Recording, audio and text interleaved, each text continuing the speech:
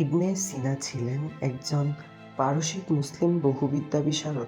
তার পুরো নাম আবু আলী হুসাইন বিন আবদুল্লাহ ইবনুল হাসান বিন আলী ইবনে সিনা। তিনি আবু আলী সিনা নামেও পাশ্চাত্যে বা আবু সিনা নামেও পরিচিত ছিলেন। তাকে ইসলামী স্বর্ণযুগের অন্যতম শ্রেষ্ঠ চিকিৎসক, জ্যোতির্বিজ্ঞানী, চিন্তক, লেখক এবং আধুনিক চিকিৎসা বিজ্ঞানের জনক হিসাবেও গণ্য করা হয়। তর্ক সাপেক্ষে প্রাক-আধুনিক যুগের অন্যতম প্রভাবশালী দার্শনিক ইবনে সিনা ছিলেন গ্রিক অ্যারিস্টটলীয় দর্শন দ্বারা প্রভাবিত একজন পেরিপেটিক দার্শনিক। ধারণা করা হয় যে তিনি 450টি গ্রন্থ রচনা করেছিলেন, যার মধ্যে 63টি দর্শনশাস্ত্র বিষয়ক এবং 40টি চিকিৎসা বিজ্ঞান বিষয়ক রচনা সহ মোট 240টি গ্রন্থ বর্তমানে টিকে আছে। জন্ম ও বংশপরিচয়। ইবনে সিনা বুখারার অন্তর্ভুক্ত খারমাতান জেলার আফসানা নামক স্থানে 980 খ্রিস্টাব্দের ডিসেম্বর মাসে জন্মগ্রহণ করেন। তার আরবি পঞ্জিকা অনুসারে সালটি ছিল 370 হিজরি। তার পিতার নাম আবদুল্লাহ এবং তার মাতার নাম সিতারা। তার মাতৃভাষা ছিল ফার্সি। ফার্সি ভাষায় তিনি বেশ কিছু কবিতা এবং গ্রন্থ রচনা করেন। তবে সমকালীন অন্যান্যদের মতো তিনিও আরবি ভাষাকে জ্ঞান প্রকাশের মূল বাহন হিসেবে গ্রহণ করেন। ইবনে সিনার পিতা বুখারার সমমানীয় সম্রাটের অধীনে একজন সরকারি কর্মকর্তা ছিলেন। শিক্ষা জীবন।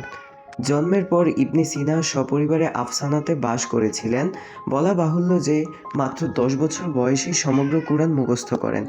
মুখস্থের পাশাপাশি তিনি সকল সূক্ষ্ম ও জটিল বিষয় নিয়ে ছোটবেলা থেকে চিন্তা করতেন। এতে তার মা, বাবা ও শিক্ষক সকলেই বিস্মিত হতেন। বাবা ইবনে সিনাকে ইসমাইলি শাস্ত্র বিষয়ে আকৃষ্ট করেন। মৃত্যুর সময়কাল।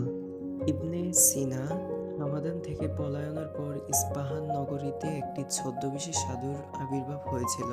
ইস্পাহানের সম্রাট জানতে পারেন যে এই সাধু আসলে ইবনে সিনা।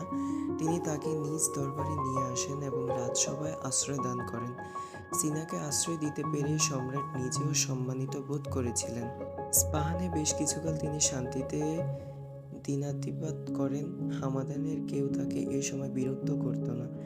এখানে বসেই তিনি তার জীবনের সর্বশ্রেষ্ঠ গ্রন্থ কিতাবুল ইশারাত রচনা করেন। কিন্তু এখানেও বেশ দিন শান্তিতে থাকার পরেও অচিরে হামাদান এবং ইস্পাহানের যুদ্ধ বেঁধে যায়। ইস্পাহানের সম্রাট হামাদানের বিরুদ্ধে অভিযান প্রস্তুত করেন। এ সময় সম্রাট ইবনে সিনার সাথে নেওয়ার ইচ্ছা প্রকাশ করেন। চিকিৎসা সেবা প্রদানের কারণেই তাকে নেওয়ার ব্যাপারে সম্রাট মনস্থির করেন।